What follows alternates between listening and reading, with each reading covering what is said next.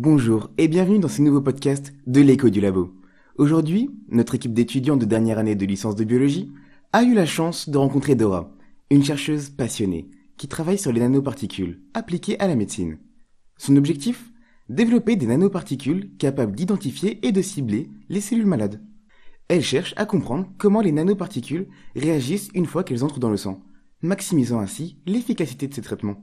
En d'autres termes, elle cherche à repousser les limites de la médecine grâce aux avancées de la chimie. Nous retrouvons Dora dans une salle de réunion, au dernier étage du bâtiment de physique-chimie Mirande. C'est une jeune femme aux cheveux noirs, d'origine tunisienne. À la fois déterminée et accessible, elle impose naturellement sa présence par son énergie communicative. L'ambiance est détendue, propice aux échanges, avant d'entrer dans le vif du sujet.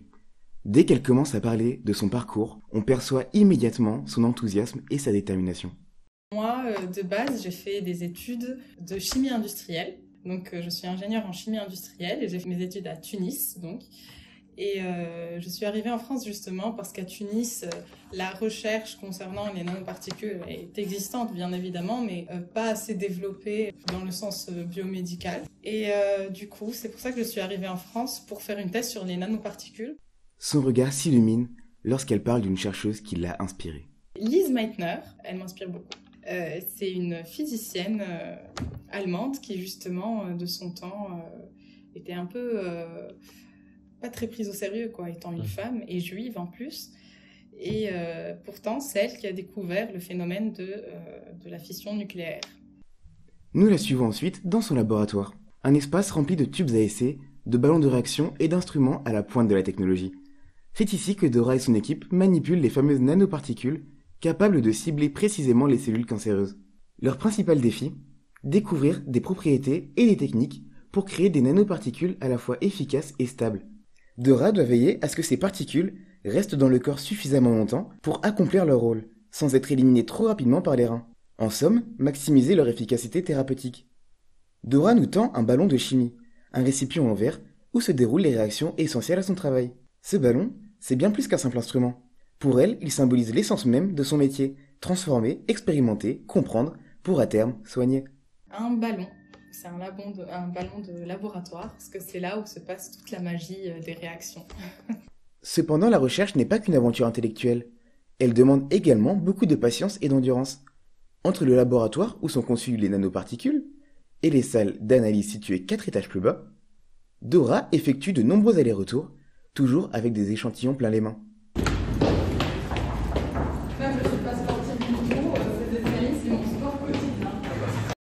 La mise au point de ces nanoparticules est un travail de précision extrême. Elles doivent s'accrocher aux cellules cancéreuses sans être éliminées trop rapidement par l'organisme. Leur taille est également un paramètre clé, influençant directement leurs propriétés physiques. Pour Dora, il est donc essentiel de les analyser avec soin. Alors, il faut savoir que les nanoparticules existent naturellement dans le monde qui nous entoure, naturellement ou synthétiquement d'ailleurs, parce que c'est ce qu'on retrouve, par exemple, dans les fumées, comme vous le voyez là-bas, qui sont libérées par les usines. On les retrouve dans les bouteilles en plastique, de laquelle on boit nos eaux, etc. Donc, elles peuvent entrer dans le corps par tous les moyens possibles, comme tout, en fait, comme l'air, par la voie respiratoire, par la peau, par l'injection, etc. Nous l'interrogeons sur les défis qu'elle rencontre. Alors, déjà, un défi qui est vraiment lié aux nanoparticules en soi, c'est justement leur petite taille. Ce qui fait que quand on les synthétise en laboratoire, on ne peut pas vraiment voir à quoi elles ressemblent. Il faut qu'on ait recours à plusieurs méthodes d'analyse, de microscopie, pour savoir si on a réussi à produire les nanoparticules qu'on voulait. Donc ça, c'est un défi assez important, je dirais. Dora nous confie que la recherche, bien qu'exigeante, est un milieu en pleine évolution. Longtemps dominé par les hommes, il se féminise de plus en plus. Et aujourd'hui, elle constate avec satisfaction que les mentalités ont changé.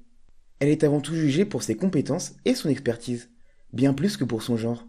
Une avancée qui, selon elle, ouvre la voie à une nouvelle génération de chercheuses libres de s'épanouir pleinement dans leur passion.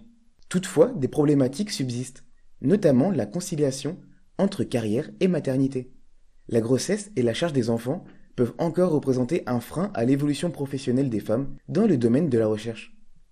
C'est-à-dire qu'avant, on prenait ouvertement, on privilégiait ouvertement un homme par rapport à une femme.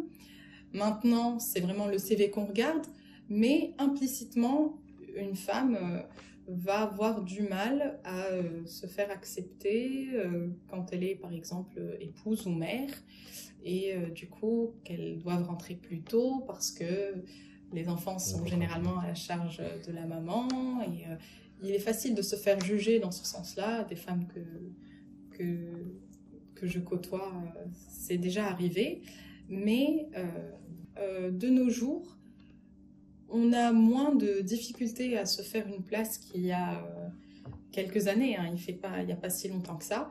Donc je crois qu'on est chanceux et chanceuses de nos jours parce que on se fait entendre. Elle nous parle aussi de son expérience avec le pôle communication, un programme de médiation scientifique qui lui tient particulièrement à cœur. Ce qu'elle aime le plus, partager ses découvertes avec un large public, des étudiants hauts curieux, et rendre la science accessible à tous. Enfin, nous lui demandons en quoi cette expérience a changé sa façon de communiquer sur ses travaux. Ça m'apporte beaucoup de choses et pour pas faire long, la chose principale que ça m'apporte, c'est du recul par rapport à ma recherche. Et en parlant à des publics parfois qui ne savent absolument rien de ce que je fais, ça me permet ils me posent des questions qui me font moi-même me poser certaines questions et voir les choses d'un angle que j'aurais jamais imaginé. Donc, que du positif. Nous laissons Dora sur ces belles paroles. Pour les gens qui hésitent à se lancer en sciences, je leur dis que c'est un monde passionnant et qui surtout a le mérite de faire du bien dans ce monde. Parce qu'en fin de compte, tous les chercheurs, même s'ils ne révolutionnent pas le monde, apportent leur petite touche. C'est déjà la fin de cette saison 2 iconique d'Écho du Labo. Merci de nous avoir écoutés. Et surtout, n'oubliez jamais. La science avance grâce à la curiosité et à la persévérance. Chaque découverte, aussi petite soit-elle, est une pierre ajoutée à l'édifice du savoir qui, un jour, pourra transformer des vies.